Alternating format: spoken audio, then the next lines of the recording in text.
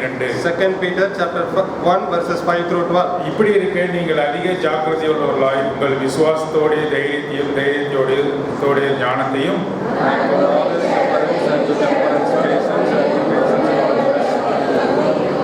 தேவபக்தியோடு சகோதர சிநேகத்தோடு அன்பையும் கூட்டி வழங்குங்கள்.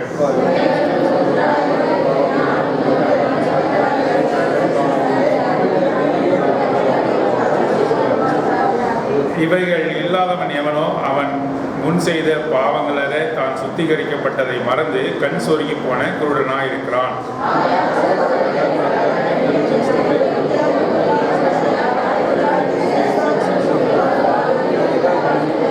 11ஆம் வசனம், இவ்விதமாய் நம்முடைய கர்த்தரும் இரட்சகரும் ஆகிய இயேசு கிறிஸ்துவனுடைய நித்திய ராஜ்யத்துக்கு உட்படும் பிரவேசம் உங்களுக்கு பரிபூர்ணமாய் அளிக்கப்படும்.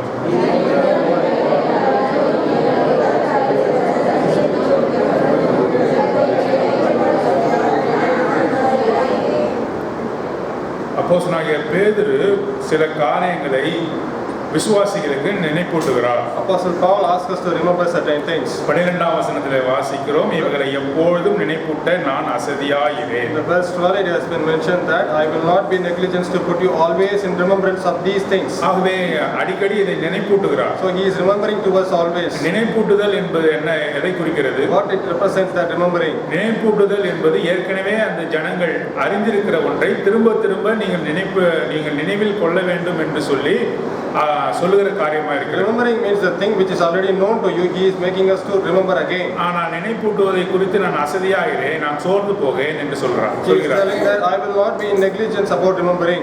ஆகவே நீங்கள் இதை நினைத்துக்கொண்டு இதன்படி செய்ய வேண்டும் என்று சொல்கிறார். So you should remember this and you should do accordingly. அதைத்தான் 5ஆம் வசனத்திலிருந்து நாம் வாசிக்கிறோம். That is what we are reading it from verse 5. இப்போது அப்போஸ்தலனாகிய பேதுரு அவர் அவிசுவாசிகளுக்கு எழுதாமல் விசுவாசிகளுக்கு இந்த நிருபத்தை எழுதுகிறார். The Peter is writing this to the faithful people, not to the unfaithful. ஆண்டவராகிய இயேசு கிறிஸ்துவின் பெரிதான கிருபையினாலே ரட்சிக்கப்பட்டு அவருடைய விலையேற இரத்தத்தின் மூலம் கழுவப்பட்டு சுத்திகரிக்கப்பட்டிருக்கிற விசுவாசிகளுக்கு எழுதுகிறார். For the faithful who have been saved by the holy blood of the Lord Jesus Christ, he is writing all these verses to them.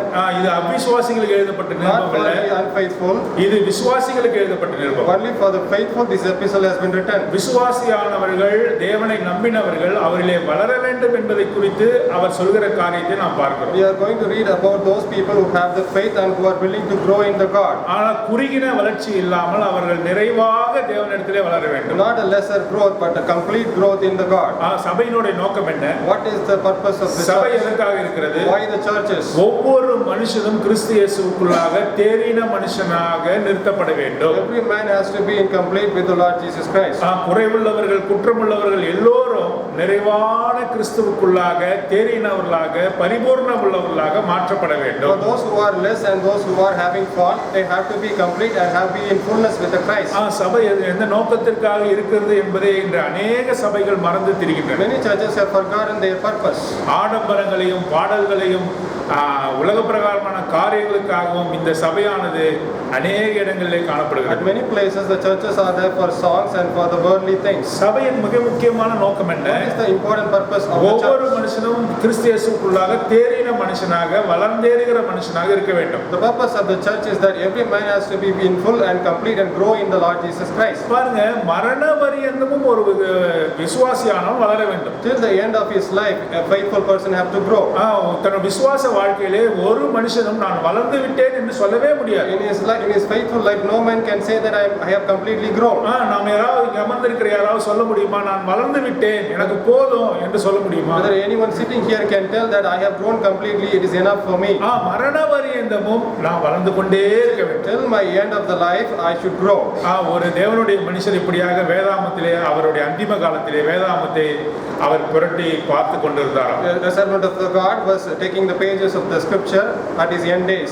பாருங்க, மரண தருவாயிலே என்ன அப்படி பார்க்கிறீர்கள் வேதத்திலே என்று அவரிடத்தில் கேட்கும்போது one person asked during your last days what you are looking into the scriptures. அவர் சொன்னாரா, அது ஆண்டவராகிய இயேசு கிறிஸ்து சொன்ன ஏதாவது ஒரு காரியத்தை நான் விட்டுவிட்டேனா என்று நான் பார்த்து கொண்டிருக்கிறேன் என்று சொல்கிறார். He replied that I am looking that is there anything I have missed what the Lord Jesus Christ have told. எனது ஜீவன் போவதற்கு முன்பாக எல்லாவற்றையும் செய்து முடிக்க விரும்புகிறேன் என்று சொல்கிறார். Before my life have been taken away, I am willing to complete all the things. ஆகவே கிறிஸ்துவ ஜீவியத்திலே ஒவ்வொருவரும் ஒவ்வொரு நாளும் ஒவ்வொரு க்ஷணமும் வளர்ந்து கொண்டே இருக்கணும். In the Christ life, every time, every second we have to grow in it. நேற்று இருந்த கோபம் இன்றைக்கு உங்களிடத்தில் இருக்க கூடாது. The yesterday's anger should not be there today for you. நேற்று இருந்த இச்சை உங்களிடத்தில் இன்றைக்கு இருக்க கூடாது. Yesterday's temptation should not be there for you today.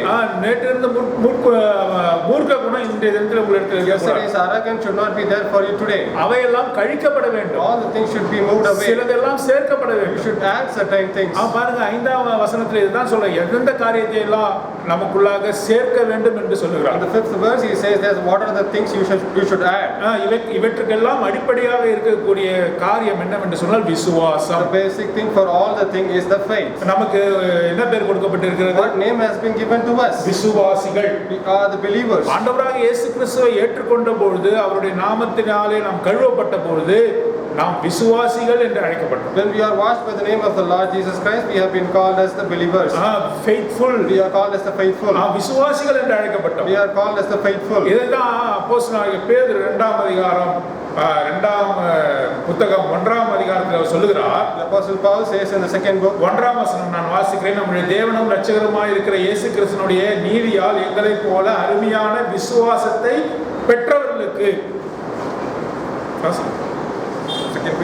Second Peter chapter 1 verse 1. Simon Peter, a servant and an apostle of Jesus Christ, to them that have been obtained like precious faith with us through the righteousness of God and our Savior Jesus Christ. எப்படிப்பட்ட விசுவாசம்? How great the faith is. சொல்லுங்க, நீங்க சொல்லுங்க.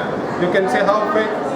இது அருமையான விசுவாசம். It's obtained like precious faith. இது எல்லாருக்கும் கொடுக்கப்படுற காரியம். It has not been given to all. விலையேற பெற்ற காரியத்தை எல்லாருக்கும் கொடுத்துருவாங்களா? Whether the precious thing will be given to all. மிக முக்கியமான நபர்களுக்கு, நாம் விரும்புகிற நபர்களுக்கு தான் நம்ம முக்கியமான காரியத்தை கொடுப்போம். Only to the very important person to whom we like we will give the precious one. அப்போஸ்தலனாகிய பேதுரு சொல்லுகிறார், அதாவது மிக முக்கியமான விலையேறப்பட்ட இந்த விசுவாசம் நானும் பெற்றுக்கொண்டிருக்கிறேன், நீங்களும் பெற்றுக்கொண்டிருக்கிறீர்கள். Apostle Paul says that this precious faith I have also received and you also have received. இந்த உலகத்தில் இருக்கிற எல்லாரையும் விசுவாசிகள் என்று தேவன் அழைப்பதில்லை. The Lord is not calling all the people as the faithful. இந்த உலகத்தில் இருக்கிற எல்லாரும் தேவனுடைய பிள்ளைகள் அல்ல. All the people in this world are not the children of God. அவருடைய இரத்தத்தினாலே, அவருடைய அறிவின்படி, அவருடைய முன்னறிவின்படி யாரெல்லாம் தெரிந்து கொள்ளப்பட்டார்களோ அவர்கள்தான் விசுவாசிகள். Only those who have been predestined by his wisdom are the faithful. பேதுரு சொல்கிறார், எங்களைப் போல அருமையான விசுவாசத்தை பெற்ற நீங்கள். Peter says that like us you have also received the precious faith. நீங்களும் நான் யாரு? You and me are whom?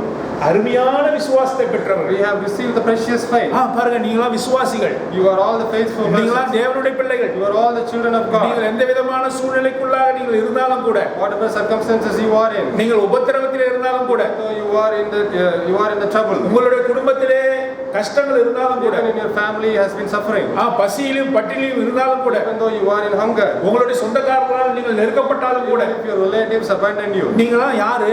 who you are? அருமையான விசுவாசத்தை பெற்றவர்கள். Precious faith. அருமையான விசுவாசத்தை பெற்றவர்கள். You are all who receive the precious faith. அப்போஸ்தலன் பவுல் சொல்றார், என்னை போல எங்களைப் போல நீங்களும் அருமையான விசுவாசத்தை பெற்றவர்கள். Apostle Paul says that like me and like us you are also the one who received the precious faith. பாருங்க, விசுவாசத்தை பெற்று தேவனுடைய பிள்ளைகளாய் மாற்றப்பட்டிருக்கிறோம். Now we have been changed to be the children of God after receiving the precious faith. இந்த விசுவாசத்தோடு கூட சில சேர்க்கப்பட வேண்டும். So few things have to be added to this faith. சில சேர்க்கப்பட வேண்டும். Few things have to be added to பாருங்க, this faith. விசுவாசம் நாம் பெற்றுக்கொள்வதல்ல. Faith is not that we receive.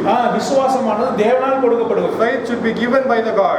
நீ தேவனுடைய பிள்ளையாக வேண்டும், அவருடைய முன் தீர்மானத்தின்படி உனக்குள்ளாக போடப்பட்ட அந்த நம்பிக்கையினாலே நீ தேவனை விசுவாசிக்கிறாய். You are being faithful because the God have predestined you that you should have the faith. நான் ஒருவனை இழுத்துக் கொள்ளாவிட்டால் ஒருவன் என்னிடத்தில் வர முடியாது சொல்றான். Pull anyone, no one can come to me. இல்லங்க, நானே தேவனை தெரிந்து கொண்டேன், என்னுடைய அறிவினாலே நான் தேவனை தெரிந்து கொண்டேன் என்று ஒருவராய் சொல்ல முடியுமா? Whether anyone can say that by my own knowledge I have known the God. இங்க அமர்ந்திருக்கிற யாருமே சொல்ல முடியாது. No one sitting here can tell this. ஐயோ, நான் முயற்சி பண்ணி தேவனை தெரிந்து கொண்டேன். I tried myself and know the God. ஆண்டவராகிய இயேசு கிறிஸ்துவை என்னுடைய மூல அறிவினால் நான் அறிந்து நான் ஏற்றுக்கொண்டேன். By my knowledge I know the Lord Jesus Christ. அப்படி ஒருவரும் சொல்ல முடியாது. No one can say like this.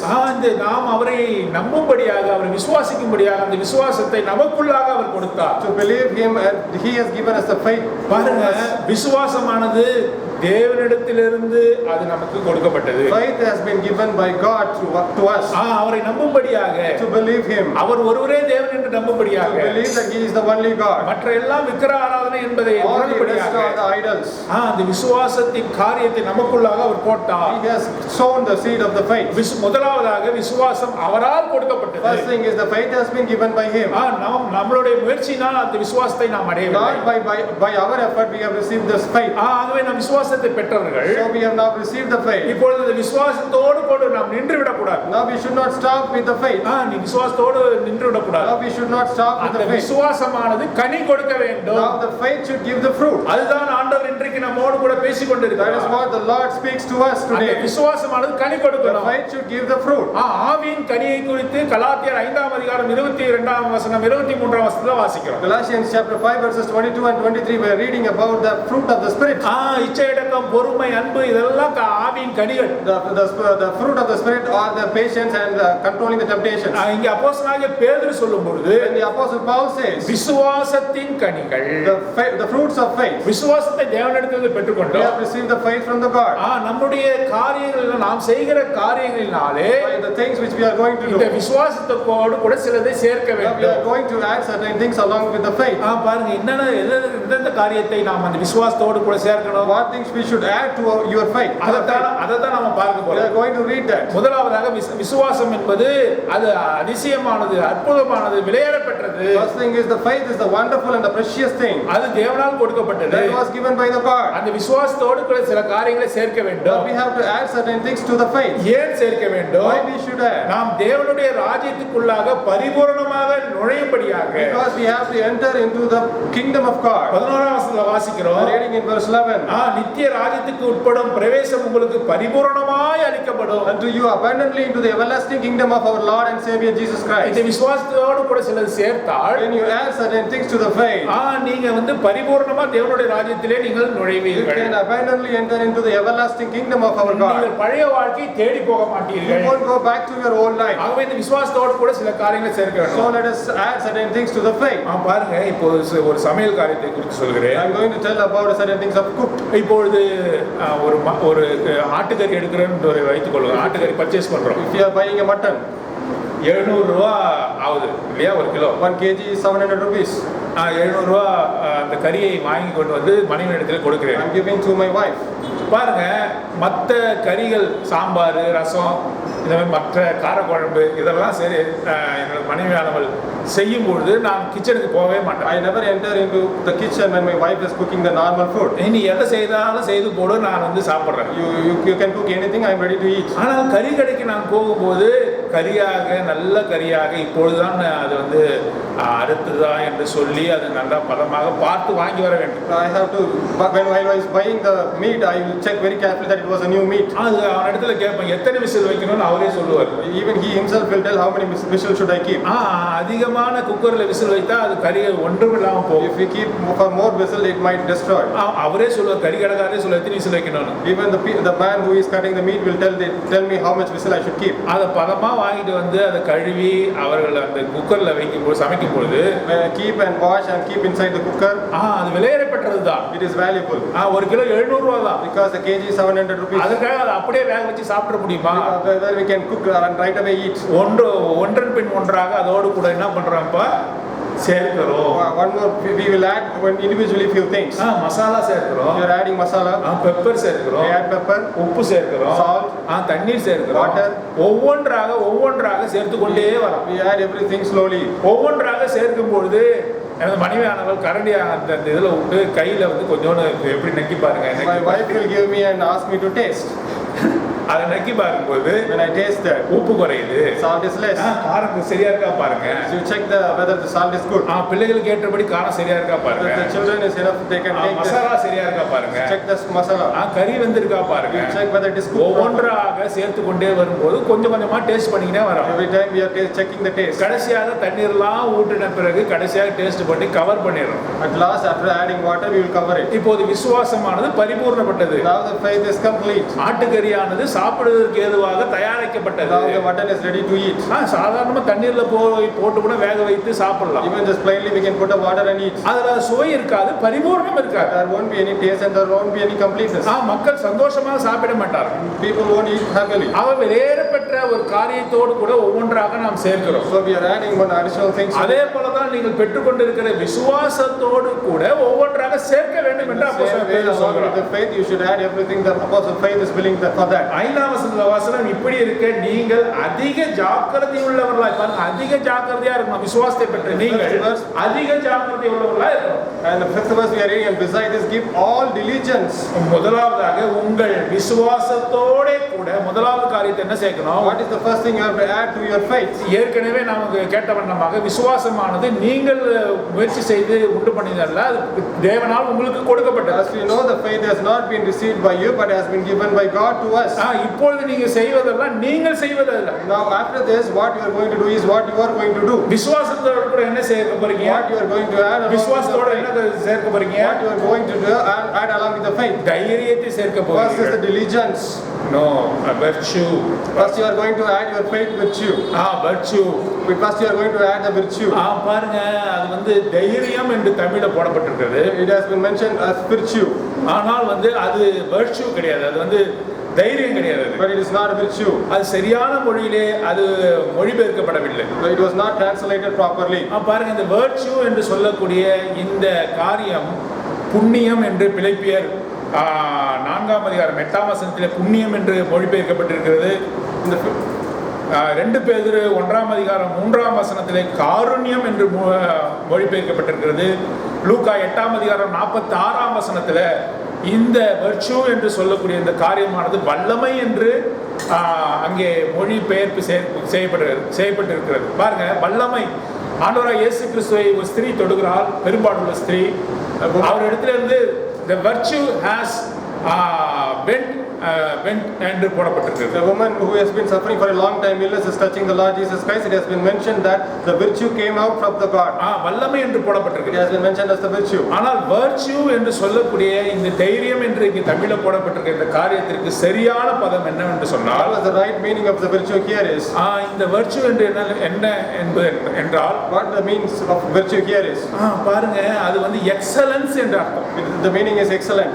பாருங்க, எக்ஸலன்சி, எக்ஸலன்ஸ் என்று அர்த்தம். The meaning is excellent or excellency. பாருங்க, முழுமை பெற்றதுன்னு என்று அர்த்தம். It has been excellent or excellency. பாருங்க, he is excellent in something என்று ஒரு மனுஷனை குறித்து நாம் சொல்லுவோம் என்றால், When we say about excellent up to some person, அவன் எல்லாவற்றிலும் தேறின மனுஷன். that means he is good in all the things. முதலாவதாக எதை நாம் சேர்க்க வேண்டும்? விசுவாசத்தோடு கூட First, what we should add to your faith. நாம் முழுமையடைந்து தேறினவர்களாக மாற்றப்பட வேண்டும். You should be made excellent in all the things. moral excellence என்று சொல்லி அமெரிக்கன் ஸ்டாண்டர்ட் வெர்ஷன்ல கொடுக்கப்பட்டிருக்கு. In American Standard Version, it has been mentioned as moral excellence. முழுமையாக தேர்ச்சி அடைய வேண்டும். That means you should be complete and be excellent. நாம் முழுமையாக தேர்ச்சி அடைந்த நபர்களாக இருக்கிறோமா? Or be excellent in all the things. பாருங்க, உங்களுடைய விசுவாசம் முழுமையடையத்தக்கதாக நாம் முழுமையாக தேறினவர்களாக இருக்கணும். We should be excellent in our faith. நம்முடைய அன்பிலே, நம்முடைய இரக்கத்திலே, நம்முடைய உருக்கத்திலே, தேவன் மீது கொண்டிருக்கிற பற்றிலே நாம் எல்லாவற்றிலும் தேறினவர்களாக காணப்பட வேண்டும். In our love, in our grace and in our mercy to the Lord Jesus Christ, we should be excellent.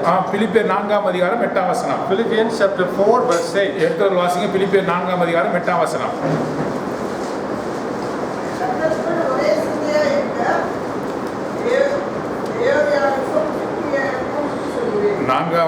Philippians chapter 4 verse 8. Finally, brethren, whatsoever things are true, whatsoever things are honest, whatsoever things are just, whatsoever things are pure, whatsoever things are lovely, whatsoever things are of good report, if there be any virtue and if there be any praise, think on these things. வாசிங்க, தமிழ் வாசிங்க.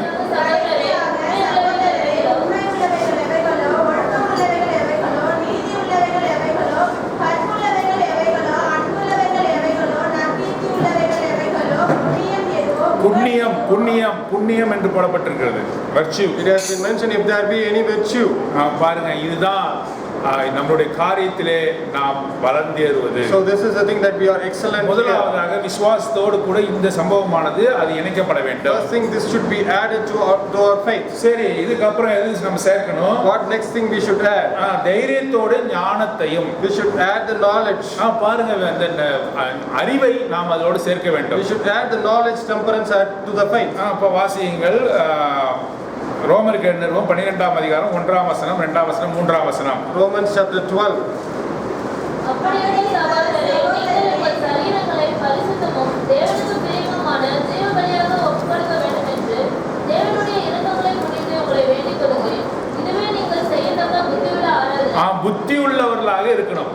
I beseech you therefore, brethren, by the mercies of God, that ye present your bodies a living sacrifice, wholly acceptable unto God, which is your reasonable service.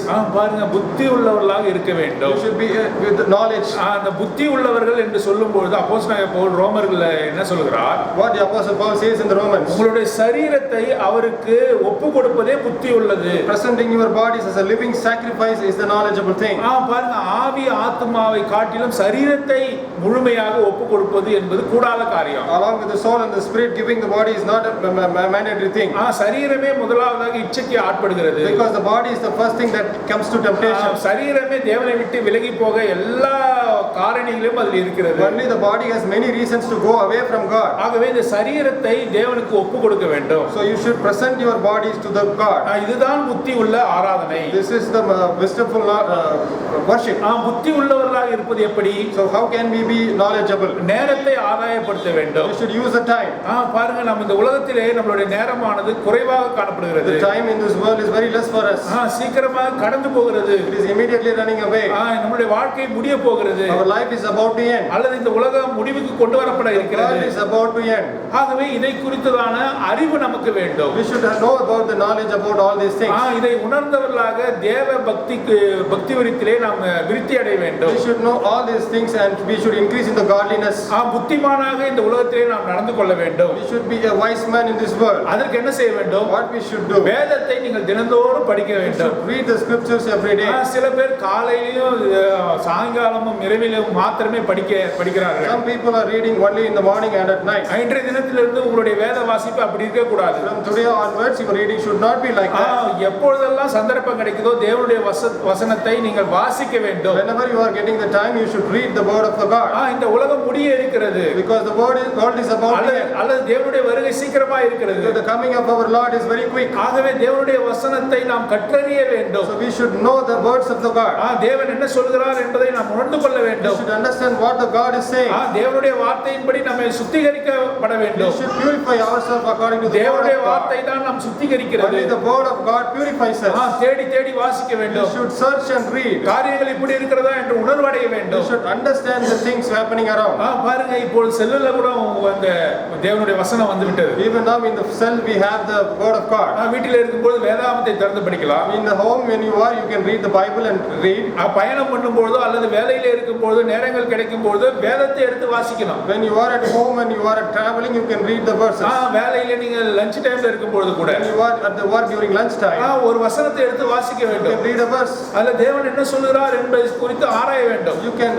You can meditate on what the God is saying there. நேரம் கிடைக்கும் போது நாம் என்ன செய்கிறோம்? What we are doing when we have time. மற்றவர்களிடத்தில் வீணான பேச்சுகளை பேசுகிறோம். We are speaking waste words. அநேக வசனிப்பினால் பாவம் இல்லாது போகாது என்று நீதிமொழிகளிலே வாசிக்கிறோம். In the Proverbs it has been mentioned that if you talk waste, இப்போ நிறைய அதிகமான வார்த்தைகளை நாம் பேசும்போது அதில் பாவம் இருக்கும். If you speak many words, there will be a sin. பேச்சின் மூலமாக நாம் பெருமைப்படுத்துவோம். Through the speech we will make pride. அல்லது பொறாமையை நாம் வெளிப்படுத்துவோம். We may show the jealous. அதே வாயின் வார்த்தையிலே நாம் வசனிப்பை குறைத்துக் கொண்டு தேவனுடைய வார்த்தையிலே நாம் அதிக அக்கறை பட வேண்டும். Instead of speaking more words, we should show interest towards the word of God. அவருடைய அறிவிலே எப்படி பெருகுவது? How can we increase in his knowledge? தேவனுடைய வார்த்தையை எப்பொழுதும் வாசிக்கணும். So we should read the word of God always. சந்தர்ப்பம் கிடைக்கும் போது அவரிடத்தை நோக்கி நாம் ஜெபம் பண்ணணும். Whenever we have the time, we should pray to Him. ஆமா, ஜெபத்தினால தான் எல்லாவற்றையுமே நாம் ஆயத்தப்படுத்திக் கொள்ள முடியும். நம்மையும் ஆயத்தப்படுத்திக் கொண்டு மற்றவர்களையும் ஆயத்தப்படுத்த வேண்டும். Only through prayer we can make ourselves prepared and also others ready. ஜெபத்தின் மூலமாக தேவனுடைய சித்தத்தை இந்த உலகத்திலே செய்ய முடியும். Only through prayer we can do the will of the God in this world. இப்ப பாருங்க, அதிகாலை ஜெபத்தை கூட வேலைக்கிழமை வைத்திருக்கிறோம். We have kept the morning prayer during Thursdays.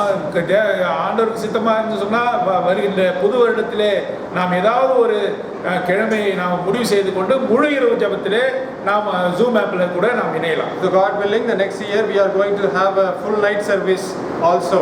பாருங்க, இதன் மூலமாக தேவனை நாம் அண்டி கிட்ட சேர்க்கிறோம். Now we are coming, because of this we are coming closer to the God. தேவனை குறித்ததான அறிவை அடைய செய்கிறது வேதம். The scripture makes us to know about the God.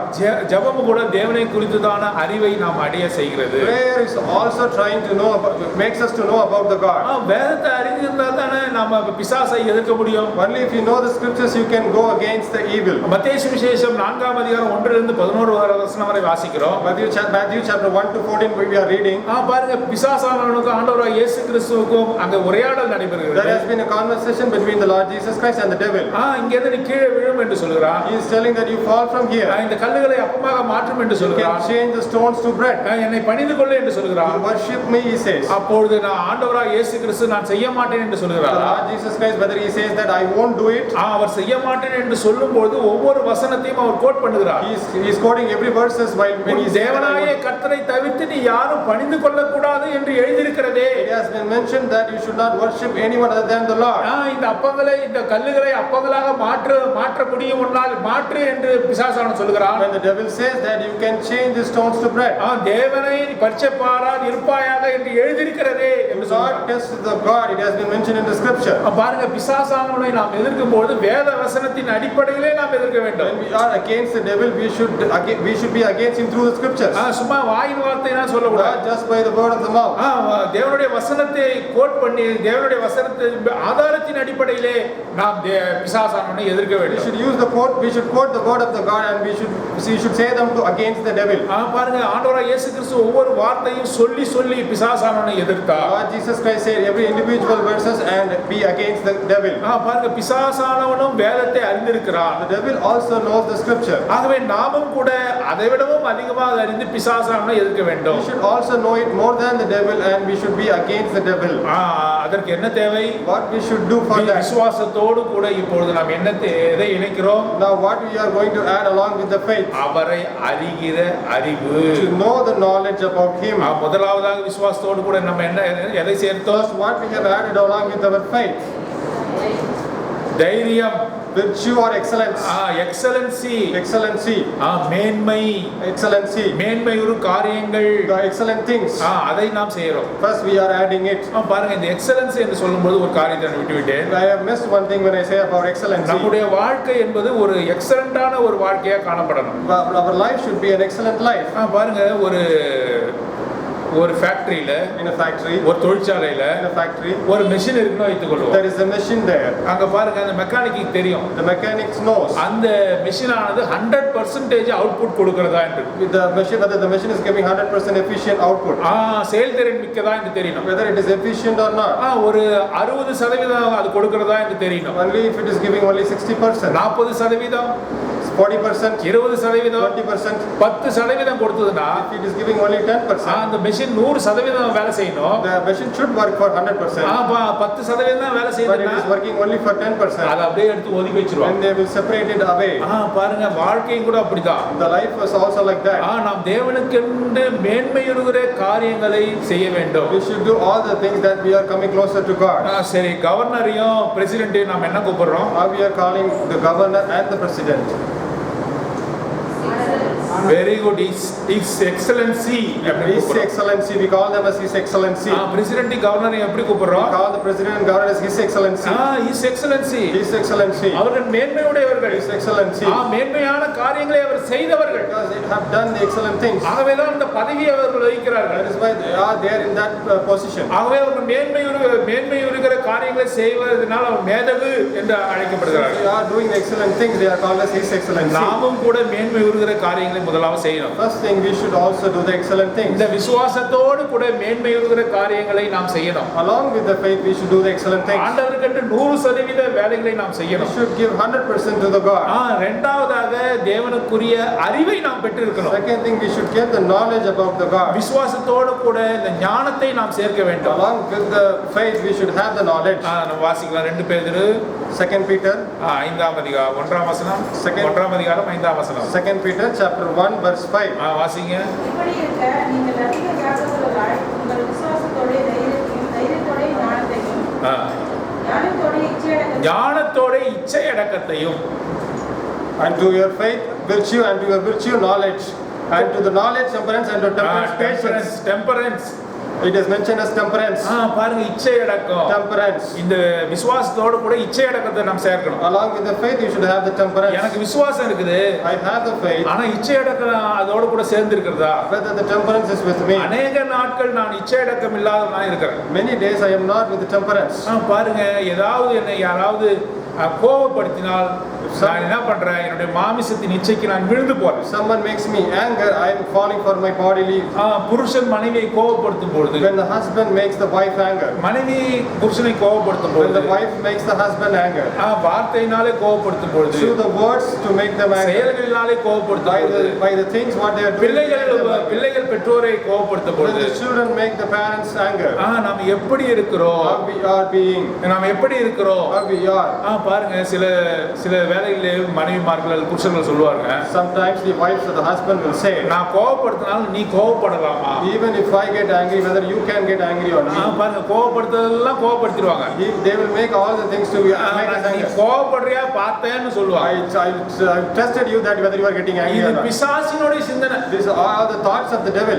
நீ உனக்கு எங்க போச்சு, What you thought of நீ this? தேவனுடைய வசனத்தை வாசிக்கிறாய், You are reading the word of God. தேவனுடைய வார்த்தையை இன்னொருத்தருக்கு சொல்ற, You are telling the word of God. நான் கோபப்படுத்தினாலும் நீ கோபப்படலாமா, Even if I make you angry, whether you can get நீ angry. கோபப்படுறியான்னு பார்த்தேன்னு I சொல்றேன். tested you whether you are getting angry or not. பாருங்க எவ்வளவு தூரம் பிசாசானவன் ஒரு மனுஷனை பயன்படுத்த முடியும் என்பதற்கு உதாரணத்தை How சொல்றேன். much the devil can use a man. This is an example. இச்சை அடக்கம் வேண்டும். So we should have a temperance. உனக்கு முன்பாக எல்லா விதமான பதார்த்தங்களை வைத்தாலும் கூட உன் நாவிலே கத்தியை வை என்று சொல்கிறார். Even though if all the things are kept before you, you should have a knife on your tongue. பாருங்க எனக்கு சர்க்கரை நோய் இருக்கிறது. I have a diabetic.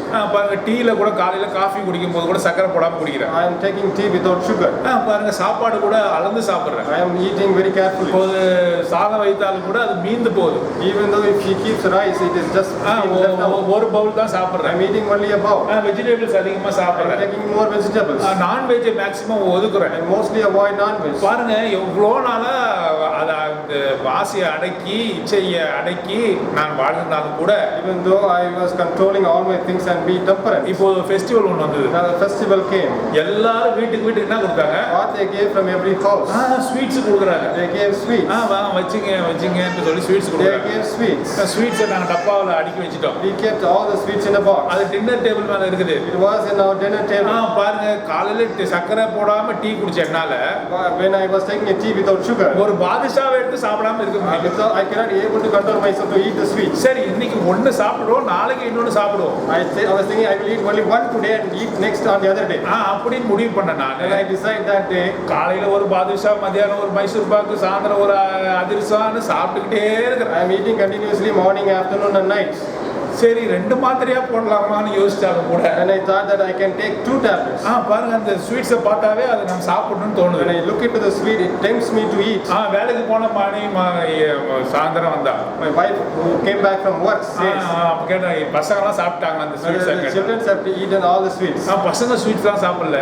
Children have not taken. நீங்க நாளையில இருந்து கண்டிப்பா டீல சக்கரை போட்டு குடிங்க, தேவையில்லை நீங்க From tomorrow onwards, you can put sugar in your tea. பாருங்க இச்சை அடக்கம் உனக்குள்ளாக இல்ல. You don't have the temperance. பாருங்க எல்லாமே எனக்கு அனுபவிக்க எனக்கு தகுதி உண்டு. All the things I can able to use it. அப்போஸ்தலனாகிய பவுல் சொல்கிறார், Apostle Paul இந்த says, உலகத்துல காண்கிற எல்லாவற்றையும் எனக்கு அனுபவிக்க எனக்கு தகுதி உண்டு. I have the right to use all the things in this world. ஆனாலும் நான் அவைகளில் பிரியமாய் இருப்பதில்லை. But I am not interested in all those things. கல்லூரி வாழ்க்கையில இருக்கிற நீங்கள், You are in your college days. Right? வீட்டில் இருக்கிற நீங்கள், You are in your home. பாருங்க நம்ம இச்சைக்குள்ளாக விழுந்து போகிற நிறைய காரியங்கள் நமக்கு முன்பாக There are இருக்கிறது. many things right in front of us that we can fall into நம்ம temptation. கெட்ட வார்த்தைகள் பேசக்கூடிய வாய்ப்புகள் நிறைய There இருக்கு. are many ways that we can speak bad words. பாருங்க பல்வேறு விதமான சரீர பிரகாரமான இச்சைகளுக்குள்ளாக ஆட்படுவதற்கு அநேக காரியங்கள் நமக்கு There முன்பாக are many இருக்கிறது. temptation that can tempt our bodily things. ஒருவேளை பெற்றோர்களை கூட நீ ஏமாத்திடலாம், You can cheat your parents. உன்னுடைய நண்பர்களை ஏமாத்தலாம். You can cheat your friends. ஆனா தேவன் பார்த்து கொண்டிருக்கிறார் என்பதை உணரு. But you understand that the God is seeing all the things. ஆக இச்சை அடக்கம் வேணும். So you should have a temperance. பாருங்க செல்ஃப் கண்ட்ரோல் என்று ஆங்கிலத்தில் In சொல்றாங்க. English it has been mentioned as self-control. அது நாம அப்படி சொல்வதில்லை. We are not saying that. ஒரு மனுஷனே நான் என்ன கண்ட்ரோல் பண்ணிக்குவேன்னு சொன்னா அவன் ஏமாத்துறான். If a man himself says that I can able to control myself, that means he is cheating himself. அது எப்படி இருக்குது என்றால் நான் ஸ்வீட் சாப்பிட மாட்டேன் என்று முடிவு பண்ணது போல It இருக்கு. is like that I won't take sweets. என்னைனாலே கண்ட்ரோல் பண்ண முடியல. I couldn't able to control myself. ஒவ்வொரு விசுவாசியும் சொல்ல வேண்டிய வார்த்தை ஐ ஆம் spirit controlled. Every faithful person have to say that I am controlled by the Spirit. ஆவியானவர் என்னை அவர் தனது அதிகாரத்தின் கீழாக வைத்திருக்கிறார். The Spirit have controlled me by His power. ஆண்டவராகிய தேவன் அவருடைய ஆவியானவர் நம்மை அவருடைய கண்ட்ரோலுக்குள்ளாக அவருடைய அதிகாரத்துக்குள்ளாக நாம் இருப்போம் என்று சொன்னால் இந்த இச்சையடக்கத்திலே நாம் தெரிந்தவர்களாக மாறலாம். If we are under the control of the Spirit by the God, then we can be excellent in this temperance. கலாத்தியர் 5ஆம் அதிகாரம் 16ஆம் வசனம் 17ஆம் வசனம் எடுத்து சீக்கிரமாக வாசியுங்கள். Galatians chapter 5. கலாத்தியர் 5ஆம் அதிகாரம் Galatians chapter 5 16ஆம் வசனம் 17ஆம் வசனம். verses 16 and 17. ஆவிக்குரியவர்களாக ஏற்றவர்களாக நடந்து கொள்ளுங்கள். பாருங்க ஆவிக்கு ஏற்றவர்களாக நீங்கள் நடக்கும்போது மாமிசத்துக்கு ஏற்றவர்களை நீங்கள் என்ன பண்ண மாட்டீங்க? வாசிங்க. மாம்சத்தை இச்சைக்கு ஏற்றவர்களாக நடக்க மாட்டீர்கள். Walk in the spirit and you shall not fulfill the lust of the flesh. Lust of the flesh மாம்சத்துக்கு ஏற்றவர்களாக நீங்க நடக்க மாட்டீர்கள். You shall not fulfill the lust of the flesh. நீங்கள் ஆவிக்கு ஏற்றவர்களாக நடக்கும்போது you walk in the spirit, ஆட்டோமேட்டிக்கா நீங்க மாம்சத்தை புறந்தள்ளிடுவீங்க. automatically you shall not fulfill the lust of the சொல்ற flesh. எக்ஸாம்பிள் தான். What uncle says as an example. இருட்ட வந்து போன்னு தள்ள வேண்டிய அவசியம் இல்ல. You don't have to push the darkness. நீங்க லைட்ட போட்டாவே போதும் டார்க்னஸ் போய்டும். You switch on the light, the darkness will go away. நீங்க ஆவிக்குரியவர்களாக பரிசுத்த ஆவியானவருக்கு ஏற்றவர்களாக நீங்க நடக்கும்போது உங்களுடைய வாழ்க்கை அவரால் அதிகாரம் செலுத்தப்பட்ட ஒரு வாழ்க்கையாக இருக்கும்போது உங்களிடத்திலிருந்து மாமிசத்துக்கு ஏற்ற இச்சைகள் எல்லாம் வெளியே போய்டும். When if you walk in the spirit, you shall not have fulfilled the lust of the flesh. 1 கொரிந்தியர் 9ஆம் அதிகாரம் 1 Corinthians chapter 9. 1 கொரிந்தியர் 9ஆம் அதிகாரம் 1 Corinthians chapter 9 26ஆம் வசனம் 27ஆம் வசனம். verses 26 and 27. நான் நிச்சயமில்லாதவனாக ஓடேன், ஆகாயத்தை அடிக்கிறவனாக சிலம்பம் பண்ணேன். மற்றவர்களுக்கு பிரசங்கம் பண்ணுகிற நான் தானே ஆகாதவனாய் போகாதபடிக்கு என் சரீரத்தை ஒடுக்கி கீழ்ப்படுத்துகிறேன். என்னுடைய சரீரத்தை ஒடுக்கி கீழ்ப்படுத்துகிறேன். அது ஒரு டிரான்ஸ்லேஷன்ல எப்படி ஆகுற I beat my body under subjection என்று போடப்பட்டிருக்கு. But I keep under my body and bring it into subjection. I beat my body நகை என்னுடைய சரீரத்தை வந்து அடக்கி ஒடுக்கி நான் என்ன செய்யறேன்? அதை அடித்து அதை வந்து நான் என்ன பண்றேன்? அதை அடிமையாக நான் வைத்திருக்கிறேன். I keep my body by beating and by smiting and keep it under to my subjection. பரிசுத்த ஆவியானவர் சொல்லும்படியாக என்னுடைய சரீரம் கேட்கும்படியாக நான் அதை அடக்கி ஒடுக்கி வைத்திருக்கிறேன். I control my body that it should listen to the word of the Spirit. சரீரத்தை அது நினைக்கிறபடி நான் விட்டோம் என்றால் அது கண்ட்ரோல் பண்ணவே முடியாது. Leave the body as it like, we cannot be able to control it. ஆகவேதான் அப்போஸ்தலனாகிய பவுல் சொல்லுகிறார், நான் அதை அடக்கி ஒடுக்கி வைத்திருக்கிறேன். That is why the apostle Paul says that, but I keep under my body and bring it into subjection. நாம் இச்சை அடக்கத்தோடு இருக்கிறோமா? Whether we are with the temperance. Self control நான் இச்சையை நான் அடக்கிக் கொள்வேன் என்று ஒருவனும் சொல்ல முடியாது. No one can say that I can control myself. சமய சந்தர்ப்பம் வாய்க்கும் என்று சொன்னால் நான் இச்சைக்கு ஆட்படுகிறவனாக இருக்கிறேன். Even if some time happens, then we can be under temptation also. இப்ப நான் குடும்பத்தை விட்டு தனியாக நான் பிரிந்து போகும்போது, When I am going away with my family, தனியாக வசிக்கும் பொழுது, when I am living alone, யாரும் பார்க்கவில்லை இல்லை என்று நான் முடிவு செய்யும் when போது I decide that no one is seen, நான் இச்சைக்கு ஆட்படுகிறேன். I can be under temptation. இப்போது பரிசுத்த ஆவியானவர் என்னோடு கூட எப்பொழுது இருப்பார் என்று சொன்னார். If the Holy Spirit was with me always, என்னுடைய சரீரத்தை அவர் அதிகாரம் செலுத்துவார் என்று then சொன்னார். He has the dominion over my இந்த body. இச்சை அடக்கம் எனக்குள்ளாக இருக்கும். This temperance will be with me. அப்ப இச்சை அடக்கமும் இந்த விசுவாசத்தோடு கூட சேர்ந்துருக்கு. Now temperance has also been added. மூன்று காரியம் சேர்ந்திருக்கு. Three things have been added to the faith. முதலாவது காரியம் விசுவாசத்தோடு What சேர்ந்து is the first thing added to the faith? மேன்மையான காரியம். Excellence. இரண்டாவதாக என்ற What is the காரியம் second thing? தேவனுக்கேற்ற அறிவு அல்லது ஞானம். Second thing is the knowledge of God. மூன்றாவது என்ன சேர்ந்திருக்கு What is the விசுவாசத்தோடு third கூட? thing added to the faith? இச்சை அடக்கம். It's the temperance. நான்காவதாக என்ன காரியம்? What is the fourth thing? பொறுமை. Patience. இந்த இச்சை அடக்கத்தோடு கூட இந்த விசுவாசத்திலே பொறுமை சேரும். The patience should be added along with the temperance. எல்லாவற்றுக்கும் பொறுமையா இருக்கணும். So you should be patient for all the things. ஆண்டவர் அவர் வருவார், என்னை ஏற்றுக்கொள்வார் என்பதை குறித்து நான் பொறுமையாக இருக்கணும். I should be patient that the Lord will come and take me.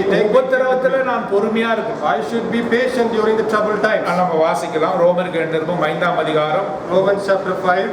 ரோமருக்கு எழுதின நிருபம் 5ஆம் அதிகாரம். Romans chapter 5. 3ஆம் வசனம் 4ஆம் வசனம். Verses 3 and 4. அது மாத்திரமல்ல, உபத்திரவம் பொறுமையையும், என்னது உபத்திரவம்?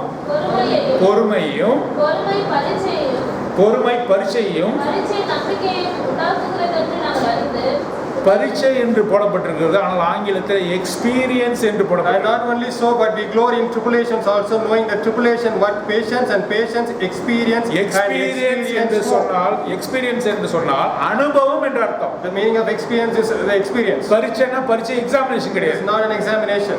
அது அனுபவத்தை கொடுக்கிறது. It gives the experience. நீங்க உபத்திரத்துக்குள்ளாக போறீங்களா? When you are in tribulations, உங்களுடைய வாழ்க்கையிலே உபத்திரவம் தான் இருக்குதா? only in your life is full of ஐயோ tribulation. என்னுடைய வாழ்க்கையிலே ஒரே உபத்திரவமா இருக்கிறது. My whole life is full of tribulation. நான் ஆண்டவருக்கு என்னுடைய வாழ்க்கையை ஒப்பு I கொடுத்திருக்கிறேன். have given my life to the Lord. நான் ஆண்டவருக்கு பிரியமா இருக்க விரும்புகிறேன். I am willing to be faithful to the Lord. ஆண்டவருடைய வாழ்க்கை ஆண்டவருடைய ரத்தத்தினாலே நான் கழுவப்பட்டு நான் இப்போ ஒரு விசுவாசியா இருக்கிறேன். I have been washed by the blood of the Lord, and I am being the faithful believer of the Lord. ஆனால் என்னுடைய வாழ்க்கையில உபத்திரம் இருக்கிறது. But my life is full of tribulation. ஆனால் உபத்திரம் இருக்கத்தான் செய்யும். The tribulation will be there. ஏன் உன்னுடைய வாழ்க்கையில ஆண்டவர் Why உபத்திரம் your கொடுத்திருக்கிறார்? life is having tribulation by the God? உனது கணவன் மூலமாக ஏன் உனக்கு உபத்திரத்தை கொடுத்திருக்கிறார்? Why through the husband he has given you the tribulation? ஏன் என்று சொன்னால் Because- உபத்திரம் பொறுமையை உனக்கு கற்றுக் கொடுக்கும். Because the tribulation will teach you patience. எல்லாவற்றிலும் அவசரப்படுற, You are getting hurried with everything. எல்லாமே ஒழுங்கா சரியா செய்யப்படணும் என்று நீ ரொம்ப அவசரப்படுற. You are very much hasting that everything should be complete and அந்த correct. உபத்திரம் உனக்கு கொடுக்கறதுனால என்ன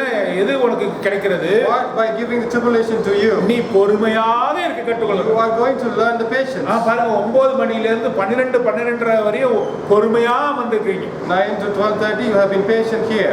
அநேக சபையார் நம்மை பார்த்து கேட்கிறார்கள், Many church people are asking us, என்னதான் நடக்குது அங்க 1 மணி நேரத்துக்கு மேல வேலை இல்லையே? what is happening more than 1 hour? There is எங்க no சபையில 1 மணி நேரம் தானே. Our church is just for 1 hour. 12 மணி வரையும் உட்கார்ந்து இருக்கிறீங்களே. Till 1 o'clock you are sitting there. இப்போது லவ் ஃபீஸ்டும் இல்ல. There is no love feast also. வீட்ல போய் தான் சமைக்கணும். You have to cook after going home. அநேகரோட வீட்ல சமைக்காம வந்துட்டீங்க. Many people have not cooked வீட்டுக்கு anymore. போய் தான் காய்கறி, சில பேர் காய்கறி, அதாவது நான் கூட காய்கறி வாங்கிட்டு போய் தான் சமைக்கணும். Even after going home only I should buy the vegetables. அந்த சமைச்சல உனக்கு பொறுமை இருக்குதா? Whether you have the patience. பொறுமை இருக்குதா? Whether you have the நீ patience. பொறுமையை பத்தி பேசிட்டு வீட்ல போய் பொறுமையா நான் வந்து காத்திருக்கேனா? Whether I am being patient by going home after that. பசியின் போது நான் பொறுமையா இருக்கிறேனா? Whether I am being patient during my hunger. ஆண்டவருக்குள்ள சந்தோஷமா இருக்கிறேனா? Whether I am being rejoiced. என்னுடைய வாழ்க்கையில தேவன் உபத்திரவத்தை அவர் கொண்டு வரும் பொழுது, When the God gives tribulation into my life. கணவன் மூலமாக, மனைவி Through மூலமாக my husband, through my wife. உபத்திரம் வரும்போது When the tribulation comes. எனக்கு அதை எது கற்றுக் கொடுக்குது? What it teaches me. நான் தேவனுக்கு என்று பொறுமையா காத்திருக்கேன். It teaches me that I should be patient. பொறுமை எதை கொடுக்கிறது? What the patient gives. பரீட்சையை கொடுக்கிறது. Patience gives experience. அது வந்து நான் வந்து இப்படி பொறுமையா இருந்தா ஆண்டவரை நமக்கு அண்டிக் கொள்ளலாம், ஆண்டவருக்கு பிரியமானவனா இருக்கலாம் என்று சொல்லி அது அனுபவத்தை கொடுக்கிறது. Patience gives experience that if I am being patient, I can come near to the Lord. அந்த அனுபவத்தின் மூலமாக நம்பிக்கை உண்டாகுது. Through the experience, hope is born. பாருங்க, பொறுமை நான் கற்றுக்கொள்கிறேன். I know the patience now. ஆண்டவருக்கு என்று காத்து இருக்கக்கூடிய பொறுமையை நான் I கற்றுக்கொள்கிறேன். have learned that I should be patient for waiting the Lord. 1 தெசலோனிக்கர் 1ஆம் அதிகாரம் 3ஆம் வசனம். 1 Thessalonians chapter 1 verse 3. 1 தெசலோனிக்கர் 1ஆம் அதிகாரம் 3ஆம் வசனம். 1 Thessalonians chapter 1 verse 3. வாசிங்க. Remembering without ceasing your work of faith and labor of love and patience of hope in our Lord Jesus Christ, in the sight of God and our Father. விசுவாசத்தின் நம்பிக்கை. The patience of hope. விசுவாசத்தின் நம்பிக்கை. The patience of hope. ஒரு நாளிலே ஒரு நாள் ஆண்டவர் வருவார், பொறுமையின் நம்பிக்கை. ஒரு நாள் ஆண்டவர் வருவார் என்று பொறுமையாக இருக்கிறேன். One day the Lord will come, so I am being patient. இந்த உபத்திரவத்தை சகிக்கிறேன். I am just understanding this tribulation. இந்த உலகமே என்னை எதிர்த்து நிற்கிறது. Even the whole world is நீ against me. எங்கே போனாலும் வழி அடைக்கிறார்கள். Wherever you are going, the way is blocked. நீ கிறிஸ்தவனா என்று சொல்லி உனக்கு தடை போடுகிறார்கள். Or you are Christian, then they are blocking you. நீ கிறிஸ்தவன் இல்லை என்று சொன்னால் பல தடைகளை உடைத்துக் கொண்டு நீ மேன்மை வரலாம். If you say that I am not a Christian, you might go through that way. வேலையிலே, படிப்பிலே, எல்லாவற்றிலேயும் நீ கிறிஸ்துவை உடையவனாக இருப்பதினால் தடை ஏற்படுகிறது. In your work and in your studies, since you are being a Christian, there are many blockages for you. இருந்தபோது நான் பொறுமையாக இருக்கிறேன். Even though then you are still in patience. இந்த உபத்திரவத்திலே நான் பொறுமையாக இருக்கிறேன். In this tribulation, I am still patient. அது எனக்கு அனுபவத்தை தருகிறது. That gives me experience. அந்த அனுபவமானது எனக்கு நம்பிக்கை. That experience gives me hope.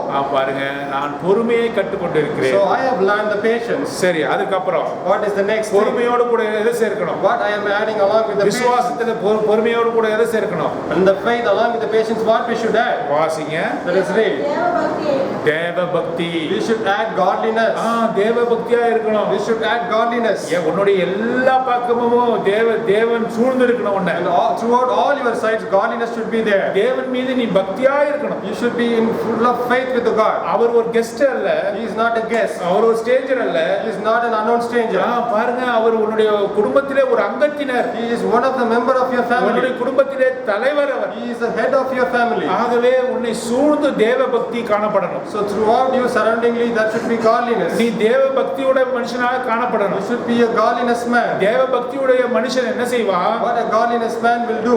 இந்த உலக பிரகாரமான காரியங்களிலிருந்து பிரிந்து ஓடுவான். He will run away from this worldly things. பாருங்க, யோசேப் என்ன செய்தான்? What Joseph did. போத்திபார் மனைவி அவனை அழைக்கும் பொழுது, The wife of the Potiphar called. விபச்சாரத்துக்கு அழைக்கும் The பொழுது wife of the Potiphar called for. அவனுடைய துணியையும் விட்டு அவன் ஓடினான். Even he left his raiment and ran away. ஏன்? அவனை சுற்றி தேவ பக்தி இருந்தது. Because surrounding him was full of godliness. தேவனுக்கு பயப்படுகிற பயம் இருந்தது. Because he was fearful for the God. அந்த தேவ பக்தி இருக்குன்னு சொல்றான். When if you have the godliness, உன்னுடைய விசுவாசமானது வளரும். your faith will grow. அடுத்த காரியம் என்ன? What is the next thing? விசுவாசத்தோடு கூட எதை சேர்க்கணும்? What is the next thing you should add along to the faith? வாசிங்க. Let us read. சகோதர சிநேகிதம். Brotherly kindness. பாருங்க, சகோதரனுக்கு ஜீவனை கொடுக்கிற அன்பை காட்டிலும் இன்னொரு அன்பு இல்லை. There is no love greater than the love that you give life for him. ஆண்டவராகிய இயேசு கிறிஸ்து அவருடைய சகோதரராகிய தன்னுடைய சீஷர்களையும் இந்த ஜனங்களையும் நேசித்து தமது ஜீவனை கொடுத்தார். Lord Jesus Christ have loved his disciples and the brothers and gave his life. அவர் தனது ஜீவனை தன் சகோதரர்களுக்காக He கொடுத்தார். has given his life for his சகோதர சிநேகிதம். brotherly kindness. இந்த விசுவாசத்தோடு கூட சகோதர சிநேகிதத்தை சேர்க்கணும். Along with this faith, we should add the brotherly kindness. அநேக விசுவாசிகள் இதில் குறைவுபட்டிருக்கிறார்கள்.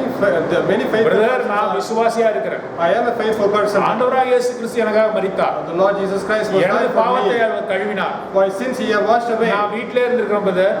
I can say in my home. நான் எனக்கு ஓகேமான ஒரு மனுஷனாக வாழ்கிறேன். I'm living as a good person. நான் பாவங்களை செய்யவில்லை. I am not doing sins. ஆனால் என்னோட சகோதரனை குறித்து எனக்கு கவலையே இல்லை. I don't have any worry about my brother. நீ படிச்சா படிக்கட்டினா போ. Either you study or not study. அதை பத்தி எனக்கு கவலை I கிடையாது. am not worrying for it. இப்படி சொல்றவங்க இந்த பிரமாணத்தை நிறைவேற்ற முடியாது. If you are telling like this and you cannot obey this law. உனது சகோதரனுடைய வேதனை உனக்குள்ளாக இருக்கணும். The worry of your brother should be ஒரு also. தேவனுடைய மனுஷனை பார்த்து கேட்கிறார். Yeah, I am asking you to the godliness man. Brother, நீங்க ஜெபித்தா உடனேயே ஆண்டவர் அதை கேட்கிறாரே. When you pray, immediately the God answers. நீ எப்படி கேட்கிறார்? How you are asking? உங்களுடைய ஜெபத்தை எப்படி ஆண்டவர் கனப்படுத்துறார்? How the God is answering your தேவனிடத்தை prayer? மனுஷனை கேட்கும்போது I ask the servant of God. அவர் சொல்கிறார், He says, நான் யாருக்கு ஜெபிக்கிறேனோ whoever I am praying for, அந்த மனுஷனுடைய வேதனையை முதலாவதாக நான் ஆவியிலே அனுபவிக்கிறேன். I am just experiencing the pain by my spirit. பாருங்க, ஒரு சகோதரன் உபத்திரவத்துக்குள்ளாக போகிறார். If a brother is in tribulation, பாருங்க, கணவனால் மனைவியினால் அல்லது பாதிக்கப்பட்ட ஒரு குடும்பம் இருக்கிறது. if there is a family that has been suffered by the husband or wife, இல்ல பொருளாதாரத்திலே வீழ்ச்சி அடைந்த ஒரு மனைவி குடும்பம் இருக்கிறது. because of the wealth, if there is a family that has been spoiled, ஒரு தாழ்ச்சி அடைந்த ஒரு சகோதரன் இருக்கிறார். there is a brother who is very lowly. அவனுக்காக கடமைக்கென்று நீ ஜெபம் பண்ற. You should not pray just for a duty. அப்படி என்றால் ஆண்டவர் உன் ஜெபத்தை கேட்க That மாட்டார். means the God won't listen to your prayer. அவனுடைய வேதனை நீ முதல்ல You உணரணும். should experience that pain. உனக்கு வேலை கிடைக்கலனா, If you not getting a job, உனக்கு அந்த வியாதி வந்ததுனா, you have that நீ disease. அந்த உபத்திரவத்துக்குள்ளாக If போனினா, you are in that tribulation, நீ உன் அந்த கணவனால நீ if you துன்பப்படுத்தப்பட்டினா, are being suffered by the நீ husband, அடிவாங்கினா, if you get the beating, எந்த விதமான உபத்திரத்துக்குள்ளாக உபத்திரவத்துக்குள்ள செல்லுவார். When you, what kind of tribulation அந்த you will. உபத்திரவத்தை நீ ஆவிக்குள்ளாக உணர்ந்து When you experience that in your spirit, நீ ஜெபிக்கும் பொழுது when you pray, then the God will answer your prayer. உன் சகோதரனுக்கு பெரிய விடுதலை உண்டு பண்ணுகிறார். That God will give a great deliver your brother out of it. பாருங்க, யோவான் சுவிசேஷம் 17ஆம் அதிகாரத்திலே ஆண்டவர் தனது சீடர்களுக்காக அப்படி அவர் ஜெபித்த பொழுது அவருடைய குறைவு இருந்தாலும் கூட சீடர்களை தேவன் In ஏற்றுக்கொண்டார். the Gospel of John, chapter 17, the Lord prayed for his disciples, even though they have less, God have cured them. அதுதான் சகோதர சிநேகிதம். That is the brotherly kindness. ஒரு சகோதரனை குறித்து நீ கவலைப்படாம இருக்கவே முடியாது. You cannot be just like that without worrying about your brother. எனக்கு நல்ல சம்பளம் வருது, I am getting good salary. என் புருஷன் நல்லா சம்பாதிக்கிறான், My husband is earning. நான் வீடு கட்டிட்டேன், I built என் a பிள்ளைங்க house. நல்லா படிக்கிறாங்க, My children are studying well. இதுக்கு மேல என்னங்க? What I need more. அப்படி இருந்தனா நீ கிறிஸ்துவத்துல வளர முடியாது. If you are like this, you cannot grow in Christ. நீ வளராம ஸ்டண்டட் growth என்று குறுகின ஒரு வளர்ச்சியாக You இருக்கும். will have a stunted growth. உன்னுடைய சகோதர சிநேகிதத்துல நீ வளரணும். You should grow in your brotherly kindness. பாருங்க, தம்முடைய ஜனங்களுக்காக ஆண்டவராகிய இயேசு கிறிஸ்து தமது இன்னுயிரை கொடுத்தார். For his brothers and his disciples, he has given his life. அவர் தமது ஜீவனை கொடுத்து அவரை நேசித்தார். He has given his life and loved them. நம்ம வாசிக்கிறோம், he loved them unto the end என்று வாசிக்கிறோம். முடிவு வரையிலும் அவர் He நேசித்தார். loved them unto the end. சகோதரத்துல ஒரு வேளை குறை இருக்கலாம், Even though there might be a lesser ஒருத்தன் thing காட்டி about கொடுக்குறான், that. One is betraying, ஒருத்தன் துரோகம் பண்றான், another is telling you. எல்லாரும் விட்டு ஓடுறாங்க. They all ran away from him. அப்போ வார்த்தை என்ன போடப்பட்டிருக்கு? What the word was mentioned there. முடிவு வரையிலும் அவர் நேசித்தார். Till the end, he loved them. பரவாயில்ல, குறைகள் இருக்கட்டும், Let them have the division. என்னோட சகோதரத்துல குறைகள் இருக்கட்டும், My brother, let him have division. குற்றங்கள் இருக்கட்டும், Let him be fault. ஆனால் என்னது அன்பானது பரிபூர்ணமானது. But my love is complete. ஆண்டவருடைய பரிபூர்ண அன்பினால் என் சகோதரனை சேவிப்பேன்.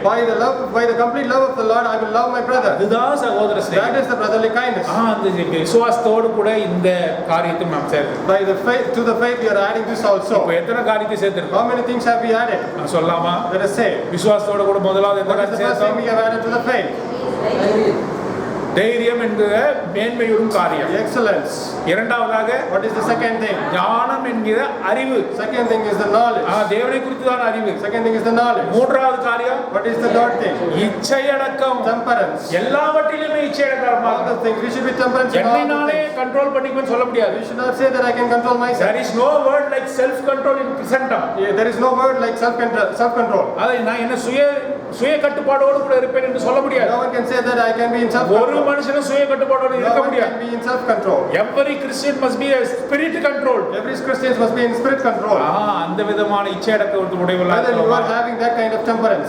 நான்காவது காரியம் What is the fourth thing? பொறுமை. Patience. உபத்திரவத்திலே பொறுமை, Should find patience in வேதனையிலே tribulation. பொறுமை. In the sufferings that should be patience. ஆண்டவர் என்னுடைய இந்த உபத்திரவத்தை அவர் நீக்குவார். The God will take away this tribulation. பாருங்க, நான் உபத்திரவப்பட்டு கொண்டிருக்கிறேன். Now I am in tribulation. என்னுடைய வாழ்க்கையிலே நான் உபத்திரவப்படுகிறேன். In my life I am in tribulation. என்னுடைய கண்ணீரை ஒருவரும் அறிந்ததில்லை. No one knows about my brother, நான் உபத்திரவத்தை உங்களுக்கு எவ்வளவு சொன்னாலும் உங்களுக்கு புரியாது brother. Brother, whatever I say about my tribulation, you can't சகோதர understand. சகோதரியே, மெய்யாகவே உன்னுடைய உபத்திரம் என்னன்னு எனக்கு தெரியாது. Brother or sister, I really doesn't know your tribulation. ஆனா அந்த உபத்திரவத்தை நீ பொறுமையா இருக்க வேண்டும். But you should be patient in your tribulation. உன்னுடைய கணவன் கண்டிப்பாக ஆதாயப்படுத்தப்படுவான். Your husband will surely be changed. உன்னுடைய பொறுமையினால Because ஆதாயப்படுவான். of your patience. அவசரப்படாதே. Don't get haste. ஜெபத்திலே நில்லு. Pray, stand in prayer. ஒப்பு கொடு உன்னுடைய வாழ்க்கையை. Give completely your life to மெய்யாகவே God. உன்னுடைய விசுவாசத்தினால் அவன் Truly, ரட்சிக்கப்படுவான். because of your faith, you ஆண்டவர் will be உனக்கு saved. கொடுக்கிறார். The Lord says to you, பொறுமையோடு இரு. be patient. அவருக்காக காத்திரு. You wait for Him. மெய்யாகவே அவர் உனக்கு தரிசனமாவார். Surely He will show it to மெய்யாகவே you. அவருடைய ஆசீர்வாதம் உண்மையிலே இருக்கும். Surely His blessing will be over அதுக்கு you. தேவையான காரியம் என்ன? What is the thing required for it? உனக்கு விசுவாசம் இருக்கிற You சகோதரனே, have the faith, brother and அதோடு sister. கூட பொறுமையை To chair. that you should add patience. பொறுமையோடு கூட எதை சேர்க்கணும்? To patience, what we should add? Godliness. We should add godliness. அது என்ன காரியம்? தேவ பக்தி. Godliness. உன்னை சூழ்ந்து தேவ பக்தி காணப்படணும். Throughout surrounding you, that should be godliness. தேவ பக்தி என்பது தேவ பயம். The godliness is a fear of God. தேவன் இருக்கிறார், என்னை பார்த்து கொண்டிருக்கிறார். God is there and seeing me. நான் அவருக்கு விரோதமாக எந்த I காரியத்தையும் am செய்ய not முடியாது. going to do anything against Him. தேவ பக்தி எனக்குள்ளாக இருக்க வேண்டும். Godliness should be within me. அந்த தேவ பயமானது அவர் என்னை அடிப்பார், என்னை தண்டிப்பார் என்பதனால் வருவதல்ல. That fear of God is not just because He will scold me or smote me. ஐயா, அவர் என் மீது அன்பு கூறுகிறார், ஆகவே நான் அவருக்கு உண்மையாக இருக்க வேண்டும் என்று சொல்லி நான் பயப்பட வேண்டும். He is showing love to me. For that I should be truthful to Him. இஸ்ரவேல் ஜனங்கள் தேவ பக்தியா இருந்தார்கள். The Israelites were godliness. பாருங்க, அவர் பயத்தினாலே இருந்தார்கள். For the fear they were in godliness. ஐயோ, நாம் தேவனுக்கு எதிரான காரியங்கள் செய்யும்போது தேவன் என்னை அடிப்பார், என்னை என்னை தண்டனைக்குள்ளாக கொண்டு வருவார் என்று அப்படி பயந்தார்கள். If I do anything against the God, He will punish us for that. நீயும் நானும் அப்படி பயப்படக்கூடாது. You and we should not fear like that. நான் அவருக்கு நான் செஞ்சனா அவருடைய மனசு வேதனைப்படும், அவர் மனதை துக்கப்படும், அவர் மனதை நான் துக்கப்படுத்த மாட்டேன், அவரை திரும்பவும் நான் சிலுவையில் அறைய மாட்டேன் என்று சொல்லி அந்த விதமாக நான் பயப்பட வேண்டும். If I do like this again, He will feel for me. I am not going to crucify Him again. ஆறாவது காரியமாக What is the sixth thing? சகோதர சிநேகம். Brotherly kindness. சகோதர சிநேகத்தில் குறைபட்டு இருக்கிறோம். We are being less in the brotherly kindness. குறித்து நம்மிடையே உணர்த்துகிறார். The Lord is telling to us here. சகோதர சிநேகத்தில் பெருக வேண்டும். Let us grow in the brotherly kindness. பெருக வேண்டும். We should grow and grow abundantly. இந்த கனியானது நம்முடைய வாழ்க்கையிலே காணப்பட வேண்டும். These fruits should be there in our life. சகோதரருக்கு நாம நேசிக்க வேண்டும். We should love our brothers. பாருங்க, யோபு எப்பொழுது அவன் விடுதலையாக்கப்பட்டான் When தெரியுமா? Job has been delivered out. யோபு தன்னுடைய இன்ஃப்ளிக்ஷன் தன்னுடைய அஃப்ளிக்ஷன் தன்னுடைய வேதனையிலிருந்து எப்போது விடுதலையாக்கப்பட்டான்? When Job has been delivered from his afflictions. When he prayed for his friends, God blessed Job. அவனுடைய நண்பர்களுக்காக அவன் ஜெபம் பண்ணும் பொழுது தேவன் அவனை விடுவித்தார். யோபு நண்பர்களுக்காக ஜெபம் பண்ணா, when he prayed for his friends, முதலாவதாக யோபை ஆசீர்வதித்தார். he blessed Job. உன்னுடைய சகோதரனுக்காக நீ ஜெபம் பண்ணும் பொழுது, when you pray for him, அவனை குறித்து கரிசனையா இருக்கும் பொழுது, when you have mercy on him, அவனுக்கு உதவி செய்யும் பொழுது, when you are helping him, கடமைக்காக உதவி செய்ய கூடாது, not because of duty, மனப்பூர்வமா உதவி செய்யும் போது, through your mind you should help him. நீ தேவனுக்குள்ளாக வளருவாய். now you will grow in God. கடைசியாக எந்த காரியத்தை நாம் பார்க்கிறோம்? what we are reading, அன்பை கூட்டி வழங்குங்கள். we should live in charity. இதெல்லாம் கூட்டுங்க. you should add all these things. there is no subtraction in it. எதிலுமே இது கழித்தல் இல்லை. எல்லாத்தையுமே கூட்டுங்க. all things to be கடைசியாக அன்பை கூட்டுங்க. last thing is add தேவன் மீது வைத்திருக்க அன்பை நீங்க இன்னும் கூட்டுங்க. increase the charity. அவரை கடமையா நேசிக்காதீங்க. don't love him just உளப்பூர்வமாக நேசிங்க. love through the heart. அவர் தண்டித்து விடுவார் என்பதற்காக அவரை நேசிக்காதீங்க. not because he will punish me, don't love him. அவர் எனக்கு தகப்பன் என்பதனால நேசிக்கிறேன் நேசிங்க. father, so I am loving him. அவரை நேசிங்க. you love him. மனப்பூர்வமா நேசிங்க. through your whole heart. ரோமருக்கு நிருபம் 5ஆம் அதிகாரம் 5ஆம் வசனம். Romans chapter 5 verse 5. இத வாசித்து முடிச்சிடலாம். Let us finish this after reading this. Romans chapter 5 verse 5. And hope make not ashamed, because the love of God is shed abroad in our hearts by the Holy Ghost which is given unto us. The love of God is poured into our heart. அதாவது தேவ அன்பானது நமக்குள்ளாக ஊற்றப்பட்டிருக்கிறது. love of God is shed abroad into our hearts. அந்த அன்பை லைட்டா தடவிட்டு போல. it is not just like just touching in our heart. அவர் அன்பை காட்டல. he just not showed the love. அந்த அன்பை குறித்து அவர் என்ன சொல்றாரு? what he says about தேவ அன்பை குறித்து என்ன சொல்றாரு? what he says about the love of God. அது ஊற்றப்பட்டிருக்கிறது. love of God is shed abroad. பாத்திரத்துல அதிகமான ஒரு பொருள் இருக்கும் என்று சொன்னால், அது திரவங்கள் தண்ணீர் இருக்கும் என்று சொன்னால், அது ஊற்றப்படும். if there is a vessel that is full of liquid, it should have been poured out. அந்த அன்பானது அதிகப்படியான அன்பு. that love was full. அது abundant love. that love is abundant. அது உன்னுடைய இருதயத்திலே ஊற்றப்பட்டு, that has been poured into your heart. பாருங்க, அது ஊற்றப்பட்டிருக்கிறது. that has been poured into your heart. அன்பை தேவனிடத்தில் காட்டி இருக்கிறாயா? whether have you shown your love to the God? அல்லது காணிக்கையினால உன்னுடைய அன்பை காட்டுறாய்? whether you are giving your love through the offering? இல்ல நீ ரெகுலரா சபைக்கு வரதுனால உன்னுடைய அன்பை காட்டுறியா? whether you are showing the love by coming regularly to the church? தேவனிடத்தில் எப்படி அன்பை காட்டுறாய்? how you are showing your love to the God? ஆண்டவர் அதை ஊற்றி உன் மீது காட்டி இருக்கிறார். the love of the God is showing his love by pouring everything into your heart. உன்னுடைய அன்பை நீ எப்படி காட்ட? how you are showing your love to the God? விசுவாசத்தோட இதெல்லாம் கூட்டி வழங்கணும். through the faith, along with the faith you should add all 7 விதமான காரியங்களை உன்னுடைய விசுவாசத்துல கூட்டணும். 7 things you should add along with your faith. அப்பொழுது உன்னுடைய வாழ்க்கையானது விருத்தி அடையும். then your life will grow. உன்னுடைய பரிசுத்த வாழ்க்கை விருத்தி அடையும். then your holy life will grow. 2020 முடிய போகுது. now the 2020 is going to finish. மெய்யாவே வளர்ந்திருக்கிறாயா? whether you have really grown. பாருங்க, ஒரு வளர்ச்சி இல்லைன்னு சொன்னாக்கா எல்லாருமே பரிதாபப்படுவாங்க. if there is no growth, other people will look for ஒரு குழந்தை 5-10 வயசு குழந்தை 3 வயது காரியத்தை செய்யுதுன்னு சொன்னாக்கா அதை குறித்து சந்தோஷப்படுவாங்களா? whether anyone will be happy if a 10-year-old child doing things after 3 years? 3 வயசு குழந்தை சில மழலைத்தனமான சில வார்த்தைகள் சொல்லும். 3 years will speak some child words. அப்போது நமக்கு என்ன வரும்? what we will say? ஐயோ நல்லா சொல்லுது, அழகா சொல்லுதுன்னு சொல்லுவோம். then we will say it is very happily, we can say it is speaking nicely. 15 வயசுக்கு ஒரு பையனுக்கு ஆகும். the boy is 15 years old. அவனும் மழலை போல சொல்றான், அம்மா சொல்றான். If he also speaks like this, அப்ப இது நல்லா அழகா சொல்லுவோம். brother, will we say that he is speaking very nicely? மனசு வேதனை படும். Our heart will be very much வளர்ந்திருக்கிறீங்களா? brother, are you also grown? கிறிஸ்துவ ஜீவிதத்துல வளர்ந்திருக்கிறீங்களா? Brother, have you grown in the life of நீங்க Christ? ஆண்டவருக்குள்ளாக இந்த விசுவாசத்தை பெற்றுக்கொண்டு எத்தனை வருஷம் ஆகுது? How many years have passed after getting this faith in இந்த God? 7 விதமான காரியத்தை உங்களுடைய அந்த விசுவாசத்தோடு கூட சேர்த்திருக்கிறீங்களா? Brother, have you added all these 7 things along with the faith? நீங்க ருசியுள்ள பதார்த்தமா மாறி இருக்கிறீங்களா? Brother, have you been changed to be a sweet? அந்த உங்களுடைய வாழ்க்கையானது யாருக்கு பரிமாறப்பட்டாலும் ஐயோ ருசியா இருக்குது, சாப்பாடு ருசியா இருக்குது, இந்த குழம்பு ருசியா இருக்குதுன்னு சாப்பிடுறாங்களே. If your life have been served to others, whether they are thinking it as a sweet, அல்லது ஐயோ இது ஒண்ணுமே இல்லைன்னு ஒதுக்குறாங்களா? or they are taking it or throwing it away. பாருங்க, இந்த காரியத்தெல்லாம் உங்களுடைய விசுவாசத்துல சேர்க்கும் பொழுது, When you add all these things to your இந்த faith, 7 விதமான காரியத்தை சேர்க்கும் when you பொழுது add all these 7 things to your நீ faith, பரிபூர்ண மனுஷனாய் இருப்பாய். you will be a complete man. இதுதான் அந்த விசுவாசத்தின் கனிகள். These are the fruits of faith. கலாத்தியர் 5:22-23 ஆவியின் கனிகளை Galatians பார்த்தோம். chapter 5 verses 22 and 23 we have seen about 2 the பேதுரு fruits of 1 அதிகாரம் 5ஆம் வசனத்திலிருந்து 12 வரை 12 we have read about the விசுவாசத்தின் கனிகள். fruits of faith. இந்த விசுவாசத்தின் கனிகளை நிறைந்தவர்களாக நாம் தேவனுடைய பந்தியிலே பங்கு பெறலாம். Let us participate in the table by taking this full fruit of faith. ஜெபம் பண்ணலாம்.